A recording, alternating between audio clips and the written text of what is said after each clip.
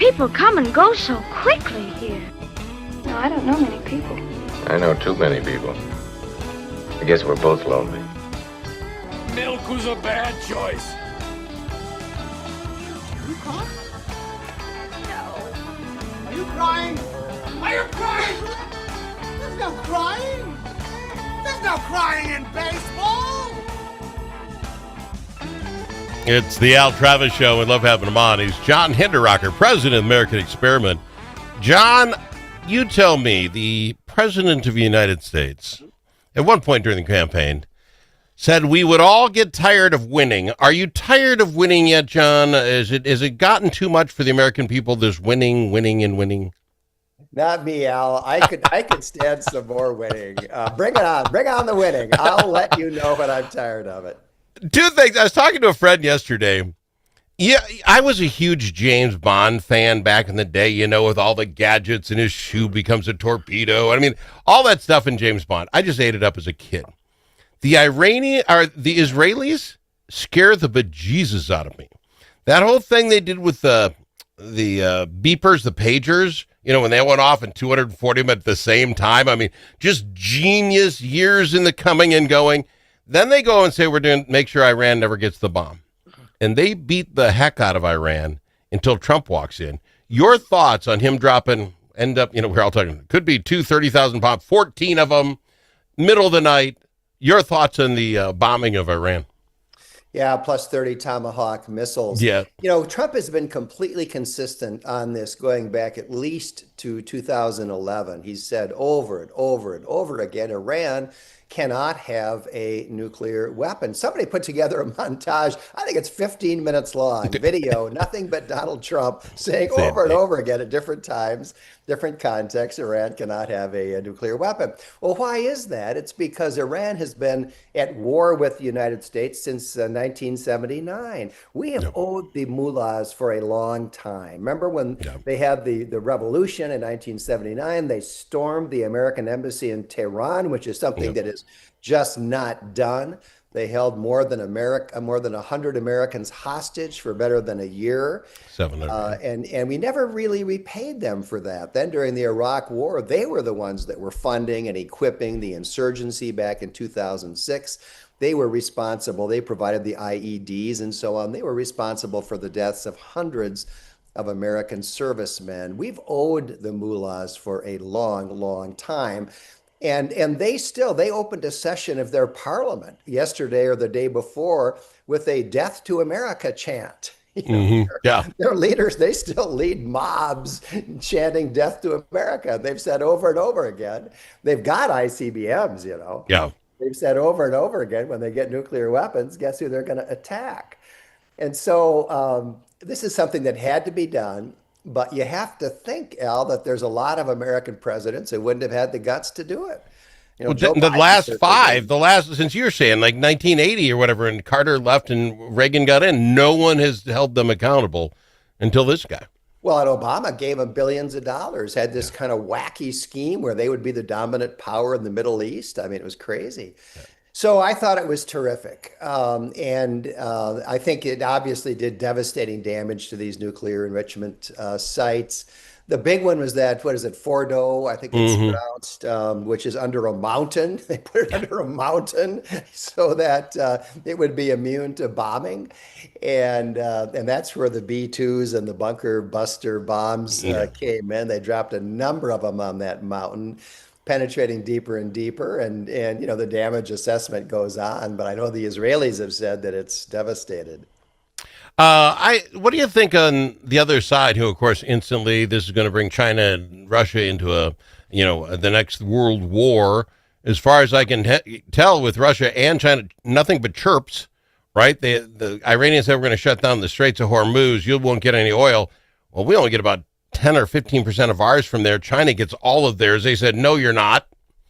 Okay, That's so not exactly shutting it right. down. We don't need somebody else's oil. We got more oil than we know what to do with here in the U.S. It's China that needs Iranian oil. No, you're absolutely right. Iran's supposedly the great ally of Russia and China. And when push came to shove, I think people all over the world are looking at this and saying, being an ally of the United States is a pretty good thing.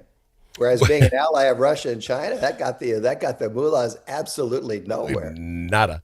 Speaking of which, I am not a big fan of NATO anymore. I think NATO had a spot after World War II, make a pact with a few friends that we're going to stick up for each other. But as continually more and more countries are allowed into NATO, I think that pledges us more than anyone else. We spend more money, we do more stuff. I'm not a big fan with the massive number of NATO nations. That I'm just being honest. But I'll tell you what, Donald Trump said you're going to pay your share. You're going to pay your share. If dropping 30,000-pound bombs did it, whatever. They're the NATO summit, and all of them said we're kicking up to 5%. Talk about another win.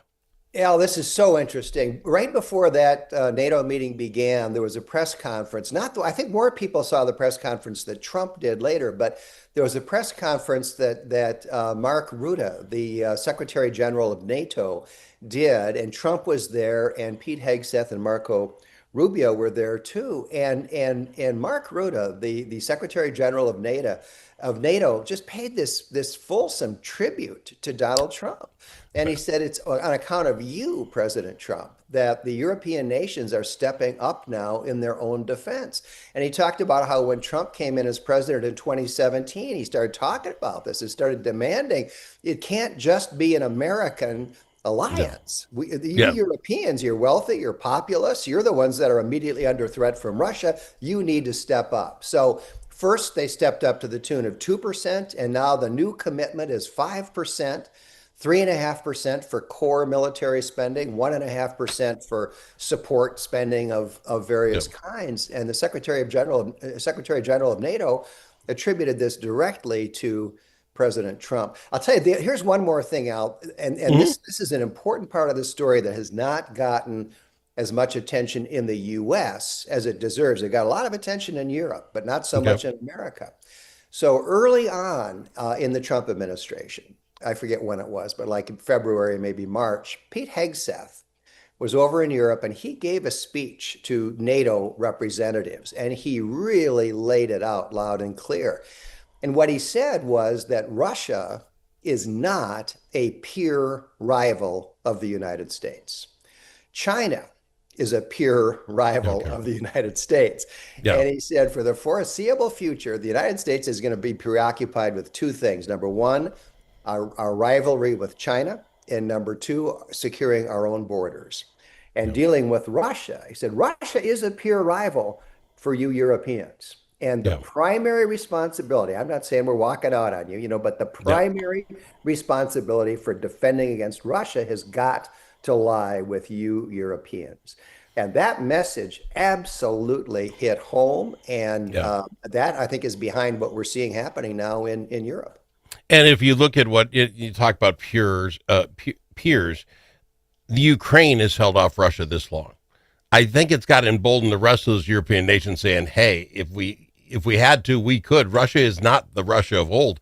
The Ukraine's held them off this long. It's kind of a mixed message, Al, because number one, it's remarkable that Ukraine has held them off the way they have. Number two, though, Russia hasn't quit. Apparently, Putin has got the ability to keep recruiting manpower and spending more money, and they're pounding away. And I think that has kind of spooked the Europeans. They don't think in those terms. Their governments could never make those kinds of sacrifices, but Russia can. Yeah, that's a good point. We've got to go to break. When we come back, we've got another deal. The U.S. Department of Justice is suing Minnesota. We'll talk about that, and I got to talk about your Southern tour. It's all that people are talking about.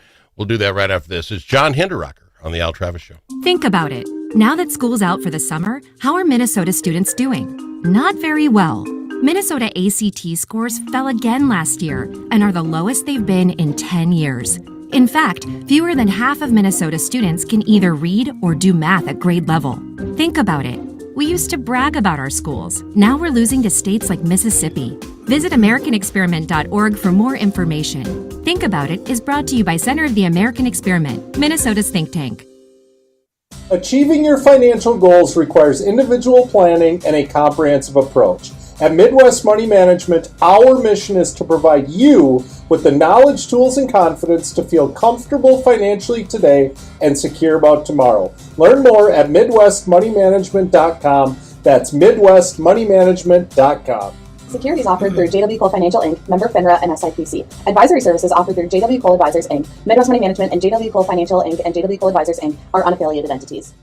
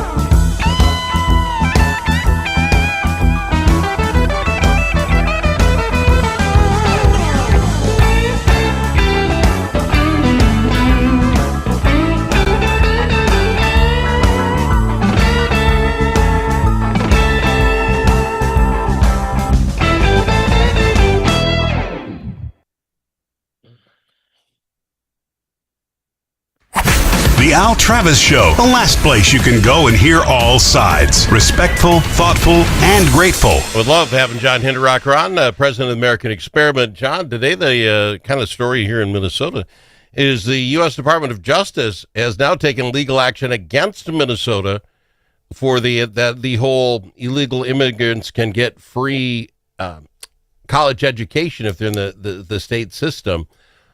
They're coming after it. Do you think the federal government can tell the state government whether they can do that or not? I don't know. No lawyer here. Well, they sure can. There's a federal law. Well, let me back up for a moment. So Minnesota, as I think everybody knows, has cheaper tuition for in-state kids. So if you're a Minnesota kid, you go to the University of Minnesota a lot cheaper than if you're a kid from Iowa or Illinois. There's reciprocity in some states, but generally in-state kids get much cheaper tuition. And so Minnesota has extended that cheap tuition, and in most cases free tuition, based on income, to illegal aliens who are in Minnesota illegally. And that's against federal law. There's a federal statute that says that no state in its benefits can discriminate against American citizens, either in that state or other states, on behalf of illegal aliens. Well, that's exactly what the state of Minnesota is doing. So if you're an illegal alien and you are in Minnesota, you get cheaper tuition than if you are an American citizen from Tennessee. And that is illegal under federal law. The feds brought, I think, exactly the same case against the state of Texas, which had a similar program for illegal immigrants and won. And they have now brought that lawsuit against the state of Minnesota. And it's really interesting. University of Minnesota refused to comment. Keith Ellison's office put out a statement. And Ellison's office talked about non-citizens. We're sticking up for non-citizens. And of course, most people probably wouldn't even notice, but that's not the point.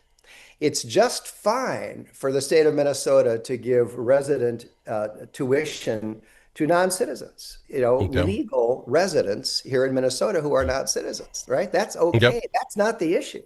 That's fine under federal law. What you can't do is discriminate against American citizens in favor of illegal aliens. Yeah. and so Keith Ellison's spokesman completely mischaracterized the issue, because the reality is they've got no defense. See, but I don't understand, because I'm no lawyer, and you smart guys can figure this out. Keith Ellison has to read that law and understand that, right? I mean, how does he go up and defend it? And once the United States court says, no, you can't do this, here's the law, read the law, and we know the law, you can't do it, does it just then stop and that money that Minnesota set aside just goes away? Or can the Minnesota just says, okay, now we're going to let, not illegal aliens, but we already have this $80,000 or less income you can get in. Well, you can't show us any income because he's an illegal alien. Well, you can't. No, you can't do that. I mean, you cannot make illegal aliens eligible for that benefit. I mean, that's basically what the state of Minnesota is doing now. I don't know how this is going to play out. I mean, I take it that Tim Walz and Keith Ellison think that there is political benefit to them in resisting the Trump administration, even if they know they're legally in the wrong. Fair enough. I don't want to run out of time. I called the Southern Minnesota Tour, which is not the case, but it was last week. That's why I know so much about it. You guys were in Mankato last week. Everybody was talking about it, so it's not fair to call it the Southern Minnesota Tour. You guys do the summer tour, and you go across the entire state. So if I was robbing that from you, I apologize. You got more of them coming up, but the one in Mankato, Facebook went crazy. My friends that went to that thing, they loved it. Tell us about the tour, John. Well, the summer tour this year is titled Minnesota Doge, Cut the Waste, Save the Budget. And it's all about Minnesota's budget, the extraordinary amount of money that we spend, the structural deficit. And we actually recommend $4 billion in spending cuts, which would bring our budget into balance and allow for a very, very modest tax cut. And then there's more we can do beyond that. But for starters, we've got specific spending cuts adding up to $4 billion. So can I interrupt, John? Is this the sort of thing where you're going to do this and we're going to find out the cuts you're talking about are going to leave children dying in the streets? This is what we worry about. Have you considered this? So I don't get back. No, we talk about that a little bit, no, there's going to be no widows and orphans dying in the streets, just like there were no widows and orphans dying in the streets in 2019 or 2018 or 2017. I just don't want to hook my bandwagon up to this and have widows and orphans out there living in amongst the homeless. People need to do is come to one of these events and they will learn all about it. Let me just tick off some of the ones that are coming up next. So we've got Vadnais Heights on Monday. That's a lunchtime event. And then we go up north. We've got Otter Tail on July 8th, Brainerd on July 8th, Bemidji on July 9th, Duluth on July 9th, St. Cloud on the 10th, Maple Grove on the 11th, Marshall on the 14th of July, Wilmer the 14th of July, Rochester July 16. Then we finish up in Coon Rapids, Edina, and Buffalo toward the end of July, and we'll probably add 2 or 3 more stops. So these events are drawing very, very well. It's really interesting. Al, I wasn't sure that a whole lot of people would want to come out to learn about the budget. I just wasn't sure. It turns out people are beating down the doors. Yeah. And I mean, the level of attention that people are paying as we walk through this data is really, it gives you hope, Al, that people care about some of these issues. I love that. If you want hope, get on AmericanExperiment.org, go to the events tab. You'll see where those are. You did neglect one. I just want to throw it out because people talk about that as well. The Stars and Stripes and Home Runs Twins Rooftop Summer Party coming up on July 5th. We've got the Budweiser roof, the Budweiser deck for the Twins game on July 5th. Come one, come all. You can sign up for that at AmericanExperiment.org. Just click the events tab. It's going to be a fun opportunity to get together. John, I love having you in the program, and thank you for going through all this with us. Let's do it again next week. Thank you, Al. John Hinderaker on The Al Travis Show. Think about it. A famous politician once said, "You're entitled to your opinion,